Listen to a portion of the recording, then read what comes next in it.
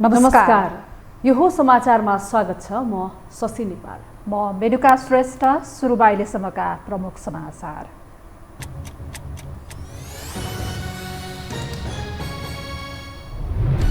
सत्ताकै बलमा जनार्दन शर्मा पुनः अर्थमन्त्रीमा नियुक्त। जनताको संवेदनशीलतामाथि अपमान भएको प्रतिपक्षीको प्रतिक्रिया। प्रतिवेदन लागू नगर्न माग गर्दै सर्वोच्चमा रिट। संघीय निर्वाचनको तयारीमा जुटे दलहरू। मक्सिर 4 गतेका लागि संघ र प्रदेशको निर्वाचन मिति तोक्ने सरकारको तयारी। मतदान केन्द्र पुनरावलोकनको गृह कार्यमा आयो। राजनीतिक दलको लुच्छाचुडीकै कारण प्रदेश 1 को नामकरण हुनै सकेन। पहिचानका आधारमा नामकरण गर्नुपर्ने माग बढियो। भूगोल पक्षधरको अवरोध कायमै। श्रीलङ्कामा सर्वदलीय सरकार गठन गर्ने विक्रमासिंघेको तयारी। सरकारमा सहभागी हुन विपक्षी दलहरूलाई आग्रह। स्वतन्त्रताको मोर्चा NFAले गर्ने समर्थन। र साफ अन्डर-20 च्याम्पियनसिप फुटबलमा आज नेपाल र भारत भिड्दै। साबिक विजेता भारतलाई हराएर लगातार तेस्रो जित निकाल्ने नेपालको लक्ष्य।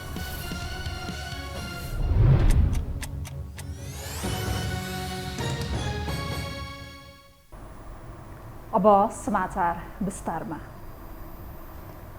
नेकपा माओवादी केन्द्रका नेता जनार्दन शर्मा अर्थमन्त्रीमा पुनः नियुक्त हुनुभएको छ। प्रधानमन्त्री शेरबहादुर देउवाको सिफारिसमा राष्ट्रपति विद्यादेवी भण्डारीले पुनः जनार्दन शर्मालाई अर्थमन्त्रीमा नियुक्त गर्नुभएको हो। शर्माले आजै पद तथा गोपनीयताको शपथ लिनुभएको छ। बजेट निर्माणमा अनधिकृत व्यक्ति संलग्न गराएको आरोप लागेपछि तत्कालीन अर्थमन्त्री शर्माले गत असार 22 गते राजीनामा दिनुभएको थियो। संसदीय छानबिन समितिले बजेट निर्माणमा अनधिकृत व्यक्ति संलग्न भएको प्रमाण नभेटिएको प्रतिवेदन बुझाएपछि प्रधानमन्त्री देउवाले शर्मालाई पुनः अर्थ मन्त्रालयको जिम्मेवारी दिनुभएको हो।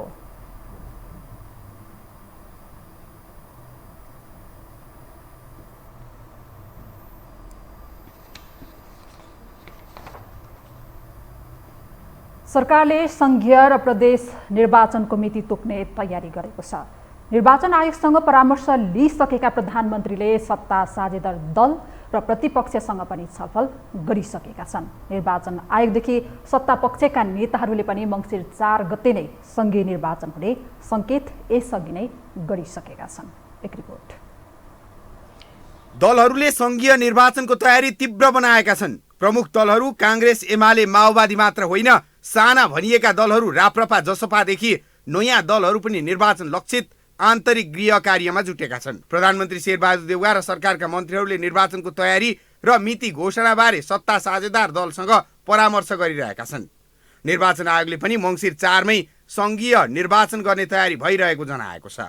सरकारको नेतृत्व गरिरहेको नेपाली कांग्रेसका प्रवक्ताले पनि मङ्सिर 4 गते संघ र प्रदेशको निर्वाचन हुने पक्का भएको बताइसकेका छन्। कांग्रेस प्रवक्ता डाक्टर प्रकाश शरण महतले सरकारले केही दिनमै आगामी निर्वाचनको मिति मङ्सिर 4 गतेका लागि घोषणा गर्ने तयारी गरेको बताए। अब मङ्सिर 4 गते त निर्वाचन हुने पक्का पक्की नै, केही दिनमा त्यो घोषणै हुन्छ, औपचारिक घोषणै हुँदैछ भनिसकेपछि देशैभरिको 77 जिल्लाको प्रेस युनियनलाई एक्टिभेट गर्ने, त्यहाँका पार्टीका साथीहरू र उम्मेदवार साथीहरूसँग समन्वय गर्ने र हाम्रो विचार, हाम्रो चाहिँ उम्मेदवारहरूको कुराहरूलाई तत्कालै जुन जुन माध्यममा तपाईँहरू जिल्ला जिल्लामा साथीहरू हुनुहुन्छ त्यो सम्प्रेषण गर्ने काम हामीले गर्नुपर्छ। गठबन्धनभित्रका शीर्ष नेताहरू सिट बाँडफाँडको तयारीमा जुटेका छन्। माओवादी केन्द्रका अध्यक्ष पुष्पकमल दाहाल प्रचण्ड आगामी चुनावमा कांग्रेस पछिको ठूलो पार्टी माओवादी बनाउने अठोटका साथ कार्यकर्ता माझ जान थालेका छन्। केही दिन अघि पार्टीको सम्पर्क समन्वय समितिको कार्यक्रममा प्रचण्डले आफूले नेपाली कांग्रेसका नेताहरूसँग निर्वाचनको विषयमा कुरा गरिरहेको भन्दै कांग्रेसले सहयोग नगरे सहकार्य सहज नहुने अभिव्यक्ति दिएका थिए, जुन उनले कांग्रेससँग बार्गेनिङ गरेको प्रष्टै बुझ्न सकिन्छ। लोकल इलेक्सनको अनुभव त्यति धेरै मिठो भएको छैन, हामीलाई थाहा छ। लोकल इलेक्सनको अनुभव सबैतिर राम्रो भएको छैन, तर अब प्रदेश र सङ्घमा हामीले त्यसबाट शिक्षा लिएर राम्रो तयारीको साथ जानुपर्छ भनिएको छ। नेपाली कांग्रेससँग पनि र गठबन्धनभित्र पनि राम्रो तयारीको साथ सबैलाई फाइदा हुने गरी सबै सन्तुष्ट हुन पर्यो। गठबन्धनमा हुनेहरू कसैले एकलौटी गर्न कसैले पनि खोज्न भएन। त्यसमाथि अलि बढी उदार अलि बढी जिम्मेवार नेपाली कङ्ग्रेस नै हुन जरुरी छ। यता निर्वाचन आयोग पनि आगामी सङ्घीय निर्वाचनलाई लक्षित गरी मतदान स्थल र मतदान केन्द्र पुनरावलोकन गर्न गृह कार्य सुरु गरिसकेको छ। भदौ 7 गतेसम्म कार्यक्रम सञ्चालन हुने गरी आयोगले कार्यक्रम स्वीकृत गरी अनुगमन गर्न कर्मचारीलाई जिल्लामा पठाइसकेको जनाएको छ। साथै उसले मङ्सिरभित्र नै निर्वाचन गर्न सकिने भनेर जानकारी समेत गराएको छ। हामी तोकिएकै आयोगले परामर्श दिए अनुसारकै समयको सेरोफेरोमा आउँदो निर्वाचन पनि को मिति तोकिन्छ र सम्पन्न हुन्छ भन्ने छ। हामी आन्तरिक रूपमा तयारीमा लागिसकेका छौँ। अब मिति तय हुनासाथ त फेरि तपाईँहरूसँग हामी भेटघाट गर्ने नै छौँ। तर प्रतिनिधि सभा र प्रदेश सभाको कार्यकाल कहिले सकिने भन्नेमा दल र कानुनविदहरू एकमत छैनन्। आयोगले 2079 मङ्सिर 22 गते हालका प्रतिनिधि सभा सदस्य र प्रदेश सभा सदस्यको पदावधि समाप्त हुने भनेको छ। नेपालको संविधान 2072 को धारा 85 ले प्रतिनिधि सभा र धारा 177 ले प्रदेश सभाको कार्यकाल अगावै विघटन भएमा बाहेक 5 वर्षको हुने उल्लेख गरेको छ। सङ्कटकालको अवस्थामा 1 वर्ष संसदको कार्यकाल थपिने व्यवस्था भए पनि अहिलेको अवस्थामा त्यस्तो नभएकाले मङ्सिर 22 सम्म कार्यकाल रहने र साथै सरकारले मङ्सिर 4 का लागि सङ्घीय निर्वाचनको मिति तोक्ने तयारी गरेको छ। यो समाचारका लागि दिपेश घिमिरेको रिपोर्ट। अन्ततः अर्थ मन्त्रालयमा मन्त्रीको रूपमा पुनः जनार्दन शर्माको पुनरागमन भएको छ। यसलाई माओवादीले ठूलो सङ्घर्षबाट प्राप्त सफलताको रूपमा हेर्दा प्रतिपक्षी दल भने रुष्ट देखिएका छन्। उनीहरूले सभामुख समक्ष पेश गरिएको प्रतिवेदन नै मान्य नहुने भन्दै नयाँ न्यायिक संयन्त्र बनाएर अनुसन्धान हुनुपर्ने माग गर्न थालेका छन्। एक रिपोर्ट। आफूमाथि लागेको आरोपको स्वतन्त्र छानबिन होस् भन्दै राजीनामा दिएका जनार्दन शर्मा पुनः अर्थमन्त्रीमा नियुक्त भएका छन्। उनलाई प्रधानमन्त्री शेरबहादुर देउवाको सिफारिसमा अर्थमन्त्रीमा नियुक्त गरिएको राष्ट्रपति कार्यालयले जनाएको छ। बजेट निर्माणमा अनाधिकृत व्यक्तिलाई प्रवेश गराएको र करको दर हेरफेर गराएको आरोप लागेका शर्माले संसदीय विशेष छानबिन समिति गठन भएपछि असार 22 मा राजीनामा दिएका थिए। 17 दिन लगाएर अनुसन्धान गरेको समितिले शर्माको कैफियत फेला पार्न सकेको थिएन। शुक्रबार अपराह्न प्रतिनिधि सभामा पेश गरिएको छानबिन समितिको प्रतिवेदनमा शर्मामाथि लागेका आरोप पुष्टि हुने आधार नभेटिएको उल्लेख छ। प्रतिवेदनमा अर्थ मन्त्रालयको रिकभर गरिएको भनिएको सीसीटीभी हार्ड डिस्कमा जेठ 14 र 15 गतेका 51 वटा सिंगल फ्रेम क्लिपहरू रहेको उल्लेख छ। त्यसमा प्रष्ट रूपमा नदेखिएको भनेर प्रमाण नै नपुगेको भन्दै समितिले सफाई दिएपछि शर्मा अर्थमन्त्रीमा पुनः नियुक्त भएका हुन्। शर्माले आजै शपथ ग्रहणसँगै पदभार सम्हालेका छन्। यसरी 25 दिनपछि शर्मा पुनः अर्थमन्त्रीमा नियुक्त हुँदै गर्दा प्रतिवेदनले धेरै प्रश्नको उत्तर भने दिएको छैन। विज्ञ र जानकारहरूले संसदीय समितिको छानबिनको परिपक्वतामा प्रश्न उठाउँदा छानबिन नै बयान र केवल सीसीटीभी केन्द्रित बन्नुले समेत समिति कर्मकाण्डी प्रक्रियाभन्दा माथि उठ्न नसकेको आरोप लागेको छ।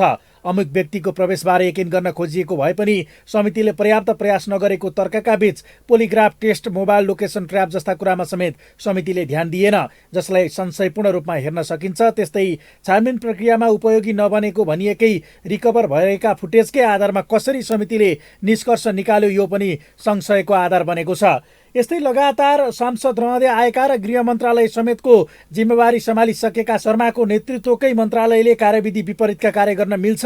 सीसीटीभी जडान तथा सञ्चालन कार्यविधिमा व्यवस्था भएको फुटेज 3 महिनासम्म भण्डारण गर्नुपर्ने प्रावधानकै आधारमा पनि शर्मा दोषी होइनन् र यावत प्रश्नका बीच एमालेका नेताहरूले प्रतिवेदनमा प्रमाण मेटिएको ठाउँमा नभेटिएको भनेर शर्मालाई सफाई दिएको आरोप लगाएका छन्। आरोपित मान्छेहरूसँग बयान लिउँ, तिनीहरूको बीचको कल डिटेल राखौँ, त्यहाँका कर्मचारीहरूको चाहिँ एक्सटेन्सिभ बयान लिउँ भनेर त एमालेका मान्छेले भन्यो।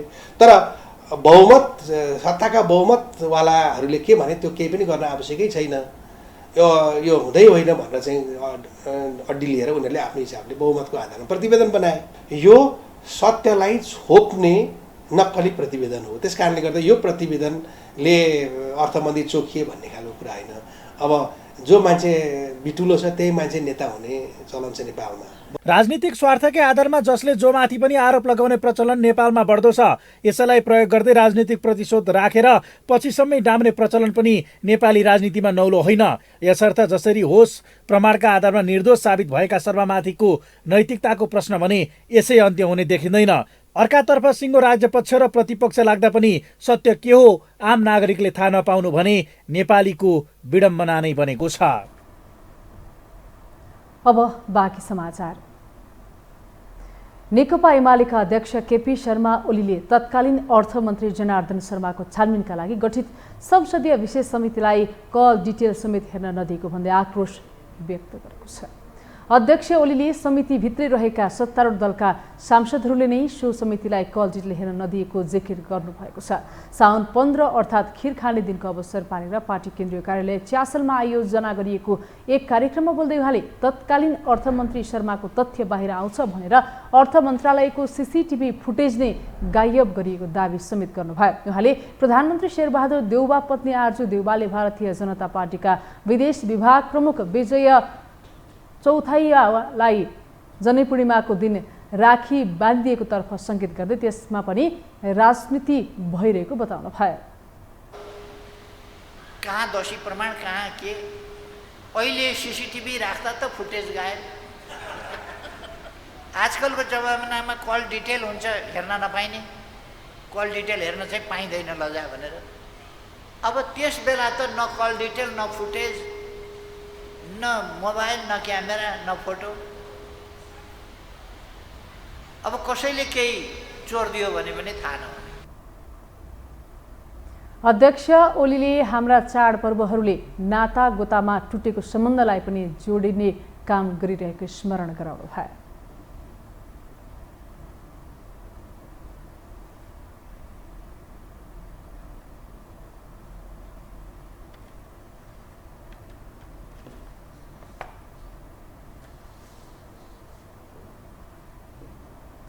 नेकपा माओवादी केन्द्रको आज बस्ने भनेको स्थायी समितिको बैठक स्थगित भएको छ।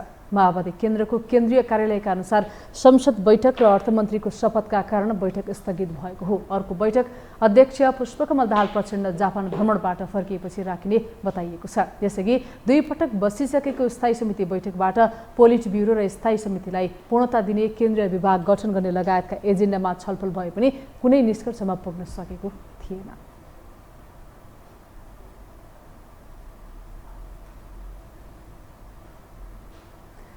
संवैधानिक समयसीमा अनुसार अब प्रदेश सांसदहरूको कार्यकाल केही महिना मात्र बाँकी छ। कार्यकाल सकिन लाग्दा पनि प्रदेश एकले अझै आफ्नो प्रदेशको नामाकरण नै गर्न सकेको छैन। पहिचानसहित प्रदेश नामाकरणको विषय चर्किएपछि नामाकरणको मुद्दा थप पेचिलो बनेको छ। एक रिपोर्ट। मुलुक संहितामा प्रवेश गरेसँगै जातीय पहिचानका आधारमा प्रदेशको नामाकरण हुनुपर्ने मुद्दा पुरानो हो। वर्तमान समयमा जातीय पहिचानको धेरै नारा घन्काउने काम चाहिँ जनता समाजवादी पार्टी जसपाले गरिरहेको छ। तर पहिचान सहित प्रदेशको नामाकरणको जोडबल अर्थहीन प्राय बन्यो। कतै बहुमत कतै सहमति गरेर 6वटा प्रदेशको नामाकरण भइसकेको छ। तर प्रदेश सरकार बनेर कार्यकाल सकिनै लाग्दा पनि राजनैतिक दल, नेता र जातीय समूहहरूको स्वार्थ बाजिँदा प्रदेश एकले नाम पाउन सकेको छैन। 3 जना मुख्यमन्त्री फेरिए, 25 भन्दा बढी त मन्त्री नै बने, तर प्रदेश नामविहीन छ। तत्काल नामाकरण हुने सम्भावना न्यून देखिन्छ। कारण प्रदेश एकको नामाकरण पहिचानका आधारमा हुनुपर्ने भन्दै चर्को विरोध जारी छ। पहिचानको आधारमा राज्यको पुनर्संरचना नहुने भयो र चाहिँ अहिले जो 7वटा प्रदेश चाहिँ 5 विकास क्षेत्रकै निरन्तरता जस्तो गरेर गण्डकी, कोशी, कर्णाली भने जस्तो गरेर बनाउने भए। त्यो कारणले गर्दा प्रदेश नम्बर 1 मा चाहिँ लिम्बुवान, किराँत, शेर्पालुङ लगायत चाहिँ नामाङ्कन पहिचानको आधारमा हुनुपर्छ भन्ने हिसाबले चाहिँ त्यहाँनिर माग उठेको हो र यसलाई यथास्थितिवादीहरूले जातिवाद भनेर चाहिँ भ्रम छर्ने प्रयास गरे हो। मुख्यमन्त्री राजेन्द्र राई आफै प्रदेश एकको नाम किराँत नराखे देश विखण्डन हुने अभिव्यक्ति दिइरहेका छन्। उनको यो अभिव्यक्तिको सदनमै खण्डन समेत भएको छ। साउन 9 गते एमाले सांसद तथा पूर्व मन्त्री लीला बल्लभ अधिकारीले प्रदेशको नामाकरणको सन्दर्भमा मुख्यमन्त्री राईले कुनै पहिचान विशेषको मुद्दा भएको र नभए उथल पुथल हुन्छ भन्दै जातीय र सामाजिक सद्भाव भट्काउन खोजेको अभिव्यक्ति दिने गरेको भन्दै सरकारको धारणा नै मागेका छन्। एउटा मुख्यमन्त्रीले पर्टिकुलर कुनै पहिचान विशेषको मुद्दाको सम्बोधन भए वा नभएको कारणबाट मुलुकमा उथल पुथल हुन्छ भन्न मिल्छ कि मिल्दैन, विद्रोह हुन्छ भन्न मिल्छ कि मिल्दैन, सामाजिक सद्भाव भड्काउने गरी जातीय चाहिँ सद्भाव भड्किने गरी अरू पहिचानवालाहरूलाई असर पर्ने गरी एउटा जिम्मेवार व्यक्तिले अभिव्यक्ति दिनुहुन्छ कि हुँदैन, म सभामुख मार्फत मुख्यमन्त्रीको ध्यान आकर्षित गर्न चाहन्छु र मुख्यमन्त्रीले यो सदन समक्ष यसको स्पष्ट जवाब दिनुपर्छ। प्रदेश 1 को नामाकरणको सवालमा दलहरू विभाजित छन्। प्रदेश सभामा अहिलेसम्म किरात प्रदेश, किरात कोशी प्रदेश, किरात लिम्बुवान प्रदेश, सगरमाथा र कोशी सहितका नाम प्रस्तावित छन्। जातीय पहिचान पक्षधर र भूगोल पक्षधर बीचको रस्साकस्सी सतहमा छ। 137 स्थानीय तह, 1 महानगर र 2 उपमहानगर सहित 46 वटा नगरपालिका, 88 गाउँपालिका र 28 प्रतिनिधि सभा क्षेत्र साथै 56 प्रदेश सभा रहेको प्रदेश 1 लाई राजनैतिक दलहरूको सत्ता लुछाचुडीकै कारण प्रदेश 1 बेनाम छ। वर्तमान संसदको आयु अबको केही महिना मात्रै बाँकी रहेकाले पहिलो संसदले नै प्रदेशको नामाकरण गर्ने सम्भावना झिनो बन्दै गएको छ। यो हो टेलिभिजनका लागि क्यामेरामा विमल चौहानका साथमा निम्लेकी शेर्पा, काठमाडौँ। हामीसँग समाचार बाँकी नै छन्, अहिलेलाई विश्राम।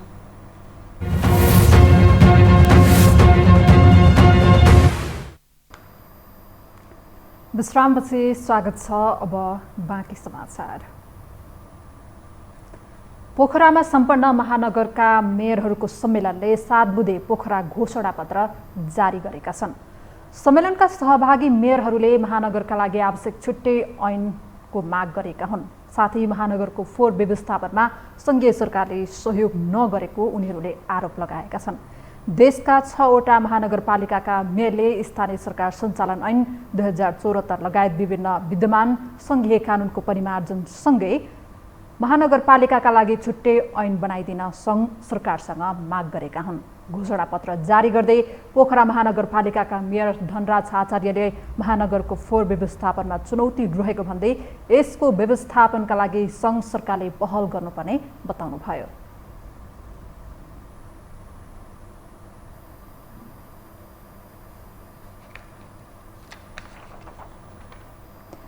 न्यूनचापीय रेखा नेपाल नजिक रहेकाले आगामी मङ्गलबारसम्म वर्षा हुने भएको छ। बुधबारदेखि भने न्यूनचापीय रेखा भारततर्फ सर्ने भएकाले अहिलेको जस्तो वर्षा नहुने मौसमविदको पूर्वानुमान छ। अहिले भने न्यूनचापीय रेखा सामान्य स्थानभन्दा उत्तरतिर सरेकाले पानी पर्ने क्रम जारी छ। देशका धेरै स्थानहरूमा हल्कादेखि मध्यम खालको वर्षा भइरहेको र आज रातभर पनि पानी पर्ने सम्भावना रहेको मौसमविदले बताएका छन्। आज देशैभरि वर्षा भइरहने भएकाले आवश्यक सतर्कता अपनाउन मौसम पूर्वानुमान महाशाखाले अनुरोध समेत गरेको छ। खोटाङ केन्द्रबिन्दु भएर आज बिहान 6 म्याग्निच्युडको भूकम्प गएको छ। आज बिहान करिब 8:15 बजे 6 म्याग्निच्युडको भूकम्प गएको राष्ट्रिय भूकम्प मापन केन्द्रले जनाएको छ। पूर्वी नेपालसहित भूकम्पको धक्का काठमाडौँ उपत्यकामा पनि महसुस गरिएको थियो। भूकम्पबाट पुराना घरहरूमा क्षति पुगे पनि मानवीय क्षति भने हुन पाएको छैन।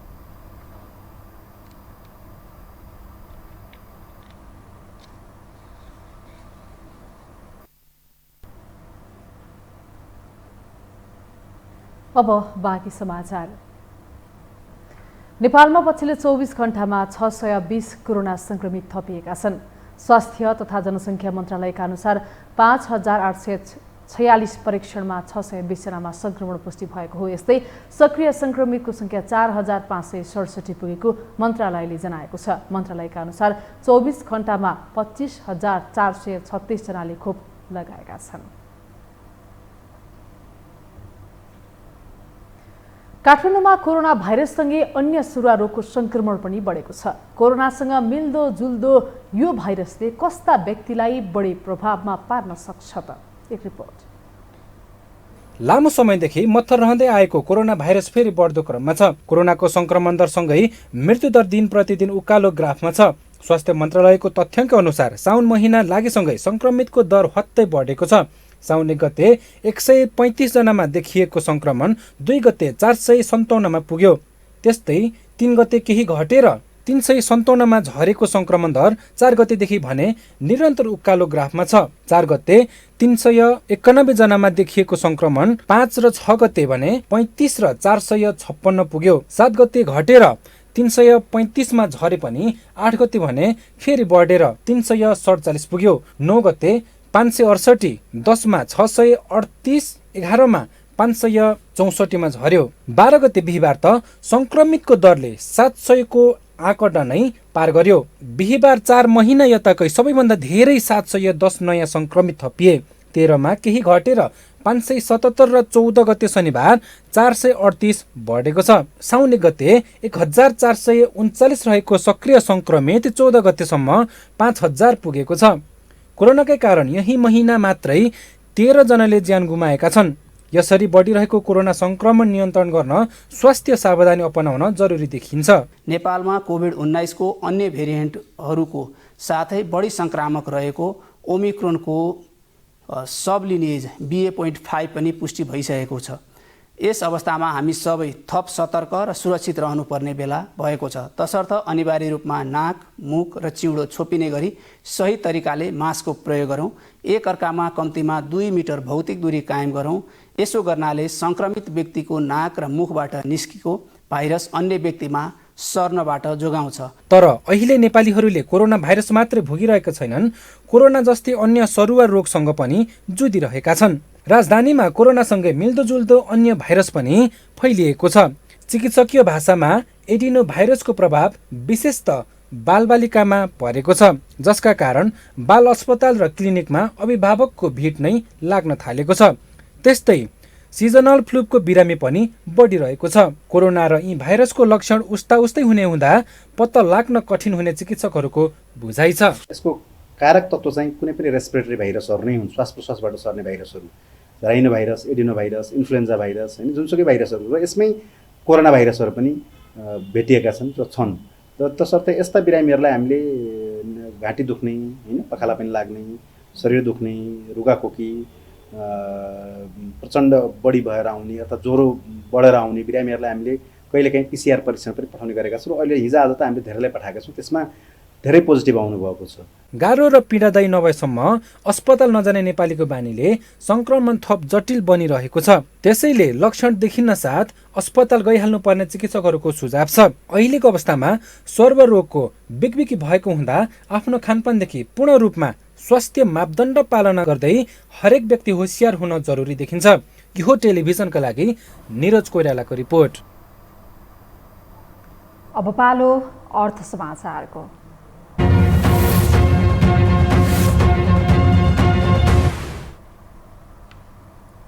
साताको पहिलो कारोबारको दिन आज नेप्से परिसूचक उच्च अङ्कले वृद्धि भएको छ। आज नेप्से परिसूचक 54.58 अङ्कले बढेर 2195.10 बिन्दुमा पुगेको हो। आज कारोबारमा आएका 220 कम्पनीको 1,13,39,000 किता सेयर 4,60,79,71,000 रुपैयाँ बराबरको खरिद बिक्री भएको छ। आजको कारोबारमा नेप्सेसँगै कारोबार रकम पनि बढेको हो।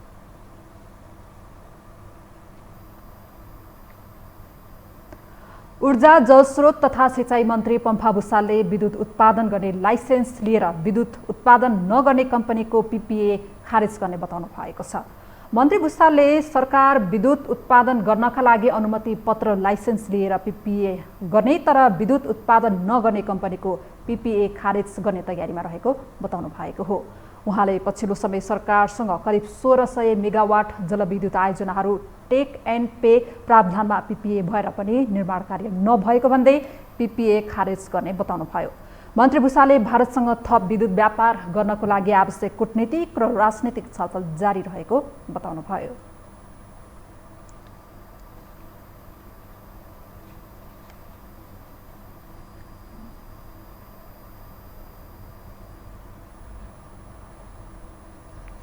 व्यापार एवं प्रसारण प्रणालीमा खुला पहुँचको व्यवस्था गरेको छ।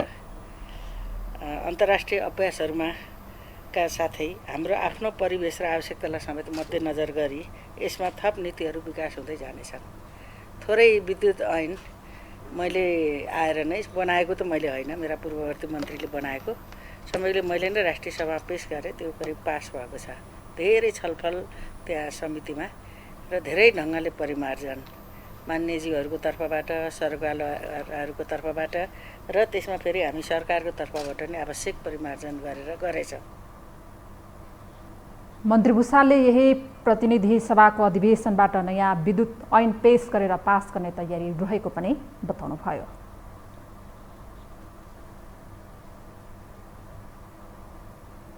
हामीसँग अन्तर्राष्ट्रिय र खेल समाचार बाँकी नै छन्। अहिलेलाई पुनः विश्राम।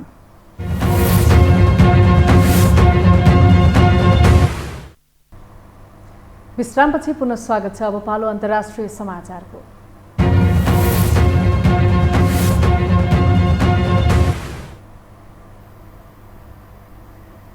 श्रीलङ्काका राष्ट्रपति रनिल विक्रमासिंघेले आफ्नो नेतृत्वमा रहेको सर्वदलीय सरकारमा सामेल हुन विपक्षी दलहरूलाई आग्रह गरेका छन्।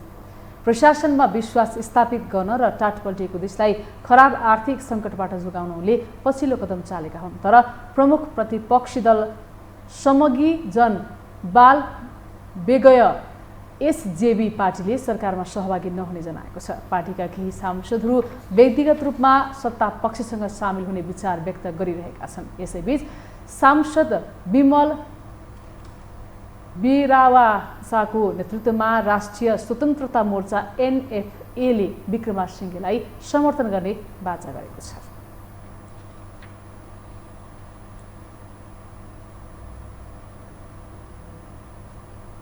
अब पालो खेल समाचारको।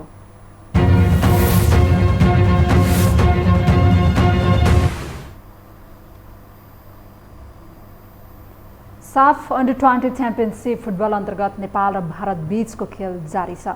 भारतको भुवनेश्वर स्थित कालिङ्गा स्टेडियममा नेपाल र भारत बीच प्रतिस्पर्धा भइरहेको हो। नेपालले पहिलो खेलमा मालदिप्सलाई 4-0 गोल अन्तले हराएको थियो भने दोस्रो खेलमा श्रीलङ्कालाई 3-0 गोल अन्तले हराएको थियो। नेपाल 2 खेलमा 6 अङ्क जोडेर दोस्रो स्थानमा रहेको छ। आज भारतलाई हराएमा नेपाल शीर्ष स्थानमा उक्लनेछ। 2 खेलबाट 3 अङ्क जोडेको भारत तेस्रो स्थानमा रहेको छ। 5 राष्ट्र सहभागी च्याम्पियनसिपको शीर्ष 2 टोलीले उपाधिका लागि प्रतिस्पर्धा गर्नेछन्।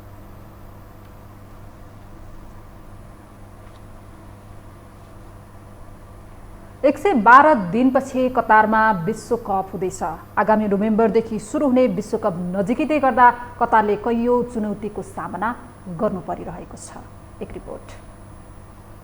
12 वर्ष अघि 22औं संस्करणको विश्वकप कतारमा हुने तय भएदेखि नै कतार विश्वकप विवादित बन्दै आएको छ। 29 लाख मात्र जनसङ्ख्या भएको मुलुकले यति ठूलो खेल समारोहको आयोजना गर्ने अवसर पाउँदा धेरै राष्ट्रहरू सम्भव हुनेमा विश्वस्त हुन सकेका थिएनन्। एक त भूगोलमा सानो, त्यसमाथि पनि त्यहाँ हुने प्रतिकूल मौसमले गर्दा कतारले विश्वकप फुटबललाई लिएर विभिन्न प्रश्नको सामना गर्नु पर्यो।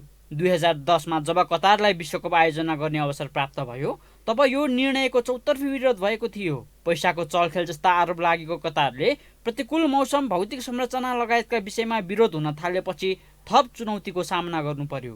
विश्वकप गर्न सबैभन्दा महत्त्वपूर्ण र प्रमुख संरचना भनेको अन्तर्राष्ट्रिय मापदण्ड अनुसारको फुटबल स्टेडियम हो, जुन तत्कालीन समयमा कतारमा थिएन। साथै विश्वकप हुने समय मध्य गर्मी सिजन भएका कारण औसत तापक्रम 40 देखि 50 डिग्री सेल्सियससम्म पुग्ने गर्छ। यतिको तापक्रममा मरुभूमिमा कतारमा फुटबल खेल्नु सम्भव पक्कै थिएन। यस्तो अवस्थामा कतारले ती सबै चुनौतीलाई स्वीकार गर्दै 12 वर्षको अन्तरालमा आकर्षक र तापक्रम मेन्टेन हुने गरी उच्च सेवा सुविधा सम्पन्न रङशाला बनाएर विरोध गर्ने सबैलाई मौन बनाइदिएको छ। कतारले विश्वकपकै लागि भनेर 8 वटा रङशाला तयार पारेको छ, जुन उच्च सेवा सुविधा सम्पन्न भएको अन्तर्राष्ट्रिय सञ्चार माध्यमले जनाएको छ। चौतर्फी विरोधका बावजुद पनि कतारले गरेको यो प्रयास प्रशंसा योग्य नै छ। कतारको यो प्रयासले खाडी वा अरबी मुलुकलाई विश्वकप अघि हेर्ने नजर र यसपछि हेर्ने नजरमा भने भिन्नता पक्कै मिल्नेछ। विभिन्न अड्कलबाजीका बीच नोभेम्बर 21 अर्थात् मङ्सिर 5 गतेदेखि सुरु हुने 22औं संस्करणको विश्वकप सफल पार्नतिर भने कतार पूर्ण रूपमा लागि परेको छ। यो टेलिभिजनका लागि निरज कोइरालाको रिपोर्ट। यससँगै हामी हो समाचारको अन्त्यमा आइपुगेका छौँ। बिदा हुनु अघि प्रमुख समाचार पुनः एकपटक।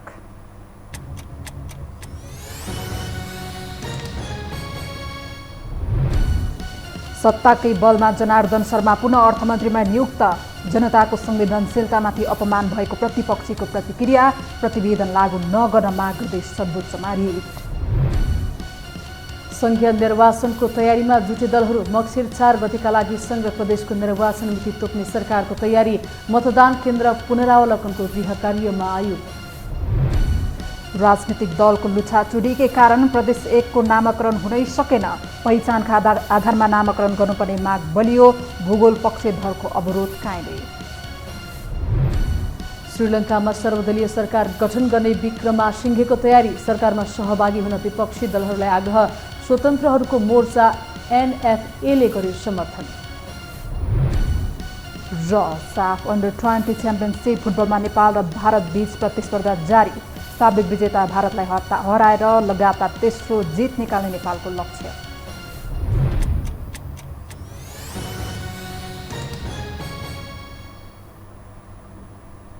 हवस् त यो समाचार सकियो। समाचार बुलेटिनका साथै यो टेलिभिजनका सम्पूर्ण कार्यक्रम yohoTelevision.com, yohoखबर.com, युट्युब र फेसबुकमा पनि पढ्न र हेर्न सक्नुहुनेछ। मोबाइलमा यो टिभी एप डाउनलोड गरी हामीलाई प्रत्यक्ष हेर्न सक्नुहुनेछ। तथ्यसहितको निष्पक्ष समाचार तथा मनोरञ्जनका लागि हेर्दै रहनुहोला यो टेलिभिजन। नमस्कार।